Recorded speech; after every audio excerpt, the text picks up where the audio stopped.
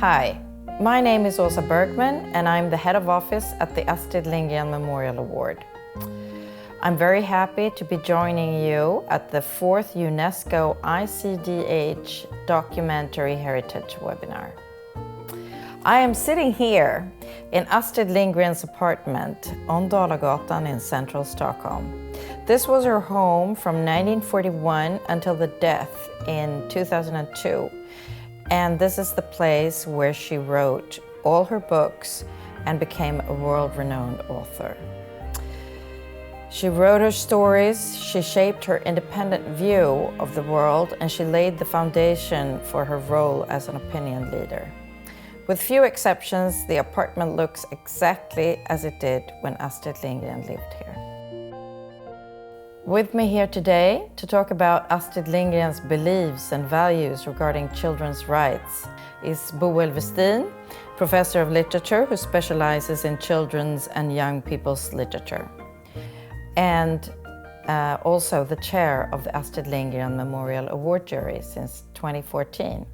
I'm also happy to welcome Johan Palmberg, jury member and also a great-grandchild of Astrid Lindgren. First, before we start the conversation, let's watch a short film about the Astrid Lindgren Memorial Award. Everything great that ever happened in this world happened first in somebody's imagination. Those words came from the Swedish author Astrid Lindgren from a speech in 1958.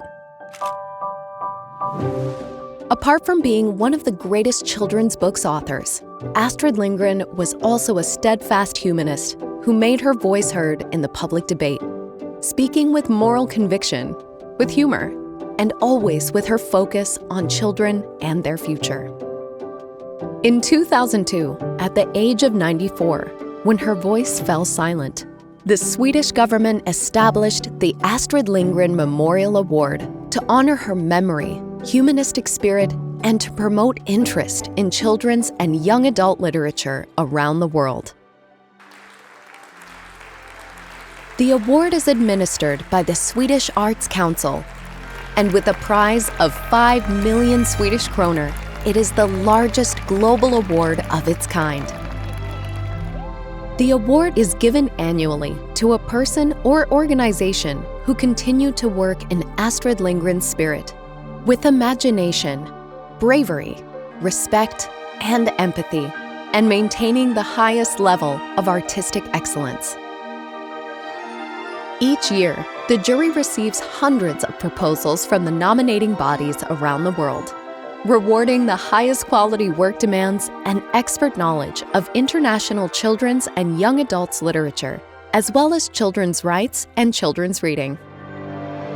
Together, the 12 members of the jury possess the expertise needed to find the right laureate each year. The laureate is honored and celebrated in Stockholm at the award ceremony in the presence of the Swedish Crown Princess. Historically, literature for children has not always been as highly regarded as literature for adults.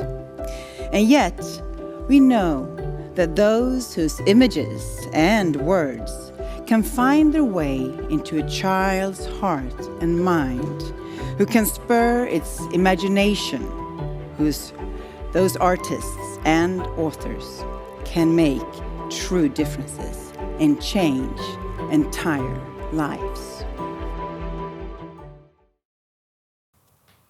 Boel, why is children's literature important?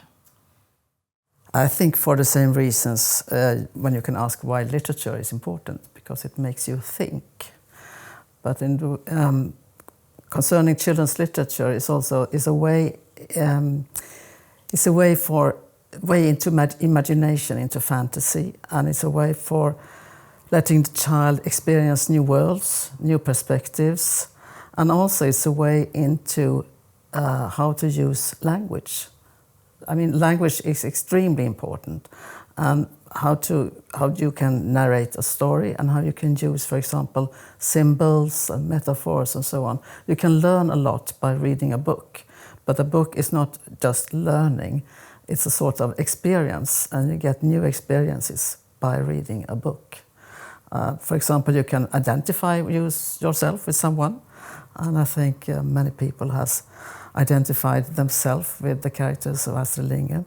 But you can also see characters or people that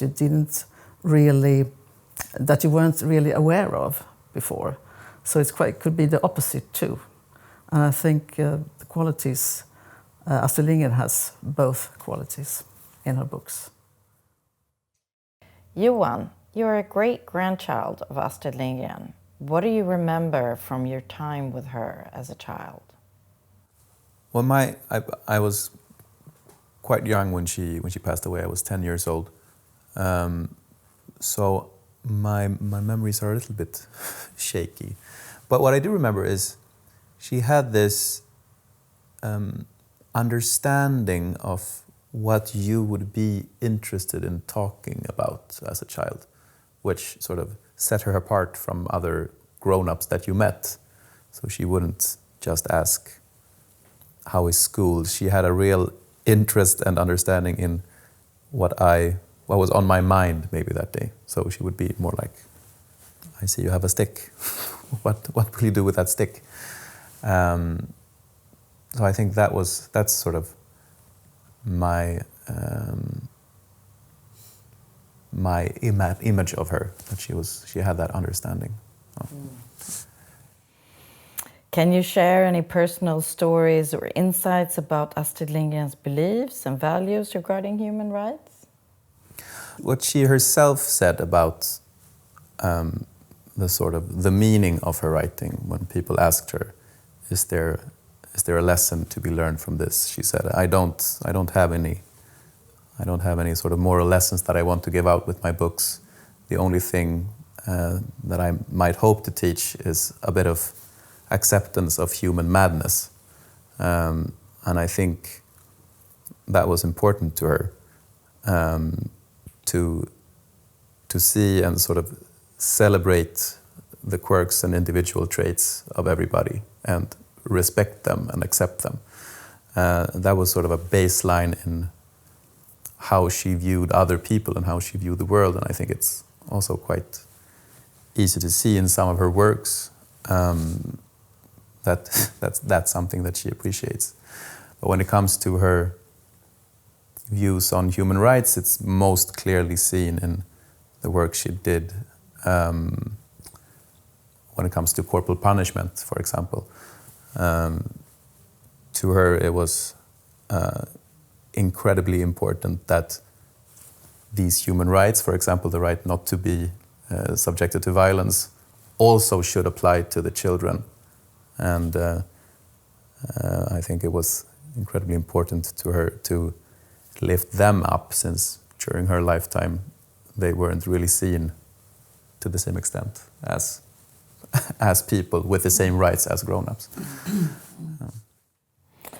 Boel, what impact has Astrid Lindgren had on children's literature in Sweden and internationally? Do you think that her legacy can be shown in today's children's literature? She has had an enormous impact, both national and Nordic, you could say, and also internationally. And I think she's an author with a great capacity. And she has a strong feeling for, as Johan talked about, a strong feeling for the child. She respects the child. And she writes about children that are strong, independent, and so on. But she can also write about children who are afraid, who are not dare to do things, and so on. And I think that she has so many aspects in her writing. And that's one part of her greatness, so to speak, but there are lots of it. But she has had impact right from the start, which is quite exceptional. When Pippi Longstocking was published in 1945, it didn't take long until it was also a play, and the books were sold in many copies. And Astrid Lindgren very soon became a public figure. And she she read her books in the radio, and later on they were transformed into film. She was synonymous to children's film in Sweden for a very long time. So I think she's no one else in Swedish literature can be compared to Astrid Lindgren when that comes to mind. But also she had also a capacity of using different medias, and there I think she was quite modern.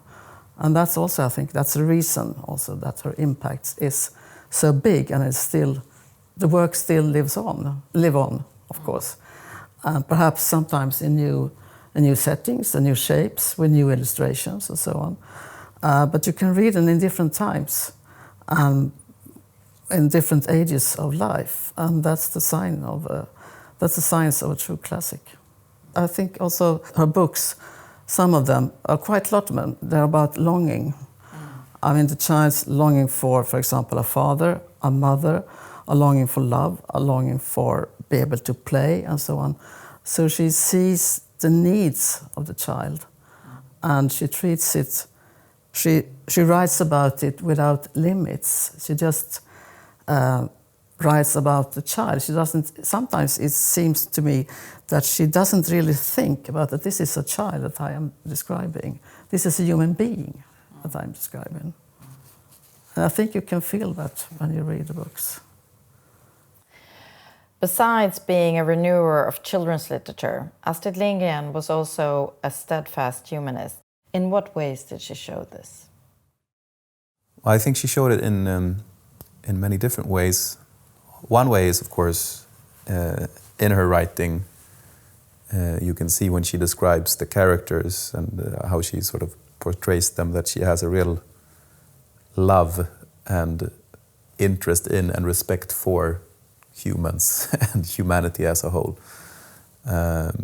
And that's clear in both how she describes the main characters, but also I'm thinking about Emil Lönneberga, for example, where a lot of the characters around the main character is given so much attention by the author and by the narrator. So that's one way. I think another way is, of course, the work that she did later in life when she became more of a person that shared her political opinions through debate articles and things like that. It's quite clear, or there she used her influence to make sure that changes that she saw as necessary happened. So I think I guess the most famous example is when she gave the Never Violence speech when she received the German Booksellers Peace Prize, when there was a big debate going on in Sweden about corporal punishment, and she gave her speech as a sort of a statement on her views of why corporal punishment should be banned, and it was consequently banned in Sweden the following year. So I think that it's both the author's voice and also what she did with the power that she got from being such a popular author. The Astrid Lindgren Memorial Award statues stipulates that the laureates shall convey the deeply humanistic spirit associated with Astrid Lindgren. Can you tell us a bit about what that means and how the jury takes that into consideration when choosing the laureates? I think that we discuss it quite often, but it's also a bit difficult to just put a spot on what is the humanistic spirit of Astrid Lindgren in the work of this author or that author or this illustrator and so on. But I think it's very hard to describe. It's a sort of feeling. I mean, Johan was talking earlier about respect, that she could sort of see what you wanted to do and what you were thinking. I think there's something in that is. Would you describe it as respect for children? Respect for children, yes, and respect for the reader too. Yeah. A big respect for the reader. And respect for the young reader. Yes, indeed. Yeah, it feels like it would be hard to be a children's author of the caliber that we're looking for without having that sense of empathy and understanding of what it is to be a child. And I think it's very hard to pinpoint, but you sort of see it. When you see it, you know it, more or less. Boel, can you tell us a bit about the jury's work? How do you choose one laureate among all the hundreds of nominees from all over the world? It's, of course, a very difficult situation. It's nearly a mission impossible, but we seem to succeed every year. We have a jury of 12 members, and we have all different backgrounds. There are scholars, librarians, and of course authors and illustrators, and then a relative of Astrid Lindgren, and then child rights experts. So we have quite a base of different experiences to lean on when we are discussing the nominees. And I think you could just summarize to say that we are reading and we are discussing the work, and then we are reading and discussing again, and we sort of narrow it down successively. And that's sort of the working method. But really how to do it in detail, I think it's quite hard to go in to reveal anything about that, because that's sort of the jury's internal work. So, and then I think a key thing for us is to keep an open mind, to let yourself in to really see new perspectives, or be able to read, and for example, an author from a country that you don't know so much about, to read and try to understand authors and illustrators who are working in languages that we don't know so much about, or we can't read them. And then we have to get some help from expertise. But we have to, I think that's, well, the key is to keep an open mind.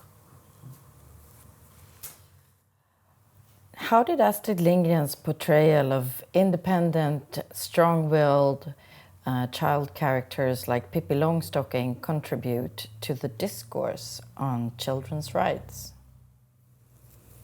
Well, Pippi is, I mean, the main case, so to speak, because she's a role model also. She's become an iconic figure. I mean, how old is she? She's nearly 80 years old by now. It's 80 years since the first book was published, and she still lives on. And people are still talking about her. And I think when this book was published, it was some sort of, she's challenged the norms and the conventions, what you thought about how should a girl be, or how should a child be. So she turned that upside down. And that was a real sort of revolution, I think, in these times. But and later on, I mean, even in the 1990s, people were provoked by Pippi Longstocking. And how do you think that Astrid Lindgren's stories can be used today to advocate for children's autonomy and children's rights? I think, well, to me, it feels like if, as I was talking about before, if these stories gets to meet the young readers, there is something within them that that shows the children, this is a way to be. You have this possibility. Or you can at least dream of this possibility. Of course, no one can be like Pippi, because no one has a suitcase full of gold and is superhumanly strong. But there's at least the idea that the hierarchical systems that you are used to can be challenged. And I think that's one aspect, at least, of how these stories can contribute to that. When it comes to how to use the stories, when talking about that, I'm not an expert, I'm afraid, but I just hope they're read. Could I add something about Pippi Longstocking? Yes. That she's so exceptional, because I think she's well, she's an optimist and she's a free thinker, not the least. And also, she's just happy about herself. And she's in power of her own life. And that was quite unusual in children's literature in the 1940s. And sometimes even today, I think. Yeah. Well, I think one of the sort of reasons that Pippi still, with each new generation, is so popular is that she symbolizes this complete freedom from the grown-up world. Yeah. She has her strength and she has her money and she has her wits, which makes her sort of impervious to any grown-up who wants to control her. And that's a sort of perfect fantasy for a child. I think everyone who has read Astrid Lindgren's books about, I mean, it's just not just Pippi. There are other female characters. And for example, Madicken was also a sort of free spirit, just like Pippi. And she's also, I mean, she's helping other people. But she's also like Pippi, she's some sort of self-confident. Not self-confident, but she believes in what she does is the right thing to do. I don't know if this has sort of a direct impact, but I think if you read these books and you grow up with these books, you must be influenced by them. And there are other girls too, I mean, like Lotta at Troublemaker Street. Thank you. Lotta at Troublemaker Street. She's a very strong-willed girl. I think she's a sort of successor of Pippi Longstocking for some points also. So, of course, you could be influenced by them and then later on in your life go be some sort of feminist or whatever. But they have had an impact. And, of course, Ronja, the robber's daughter, who rebels against her father and moves away with her friend Birk from home and refuses to come home. But also makes peace with her father. Yes, she does. In the end. Yes, and she represents the future. Would you like to comment on her role as a publisher or editor? Well, she got the job as head of children's books, more or less, at the publishing house that published Pippi the year after Pippi came out. And she took this publishing house, which was close to bankruptcy at the time, and turned it into, with the help of her own books, which were very successful, but also with the help of the authors that she worked with. She turned this publishing house into the second biggest children's publishing house in Sweden, which I think was very impressive, especially in sort of a publishing world which at the time was, of course, mainly steered by men. She really found a place for herself and for the things that she believed in. So apart from writing her own career, she was also coaching other young aspiring writers. Yeah. And also coaching new publishers. Exactly. Thinking of Marianne Eriksson, her successor. Yeah. That's very interesting, I think. Exactly. So, yeah. How do Astrid Lindgren's stories address the themes of freedom, justice, and equality? And can her work be seen as a form of advocacy for fundamental human rights? Well, I think there is. It offers, or many of the books offer, a sense of freedom for the child reader to identify with. With Pippi, for example, which we talked about, her traits give her this sort of liberty.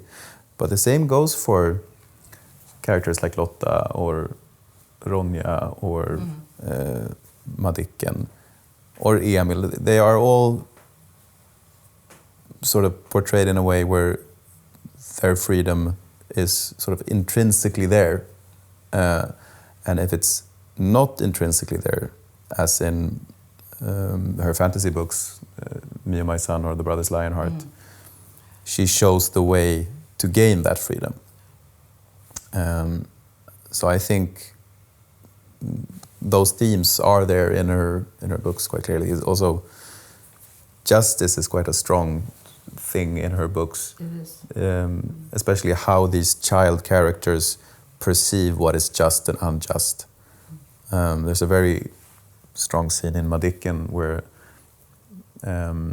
Madicken's classmate Luz-Mia gets spanked by the principal, and you're sort of shown this scene through Madicken's eyes, and it's so clear how completely unjust she finds it. It's one of the most sort of horrifying things that Astrid ever wrote, that scene. And that sort of strong sense of justice is there in a lot of her characters, and I think that's the way that Astrid conveys what she finds just and unjust. Would you like to add? I completely agree what Johan says here.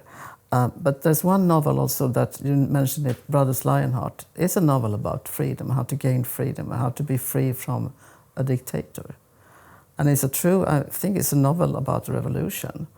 And also it's an allegory of humanity's will to be free and to fight against, the evil or the cruelty and so on. And there's also a terrible scene in this book where the people has been gaining at the square, and the dictator is talking to the people. I mean, he doesn't really say anything, but there's one man, a peasant, who is just can't stand it anymore, and he tries to be in opposition, and he's just they just kill him just like that on the square in front of everyone else and in front of the two main characters in this book. It's a terrible scene, but it's also a scene that just takes your breath away in this book, and it says everything about dictatorship and how we must fight it. And hasn't this book, in fact, been forbidden in some countries? Yeah, it was forbidden in some former Soviet states in Europe. So there were so-called samizdat editions printed, I think, in the Czech Republic, where the resistance did their own printings and shared with each other underground. And all this writing about freedom that was a consistent theme in many of her books, where do you think that came from? Where do you think she got the inspiration or the need to write about that? I think she herself described later in life that during the Second World War, when she saw what the Nazis were doing and also what later the atrocities that were committed in the Soviet Union, she had this political awakening which made her hate that kind of authoritarian regime and that kind of oppression. And I think she had that awakening, and then later in her life, whenever she saw it, she did her best and did what she could to try to help and stop it in some way. And I think The Brothers Lionheart is very much, you can draw a direct line from her experiences in the Second World War to writing The Brothers Lionheart.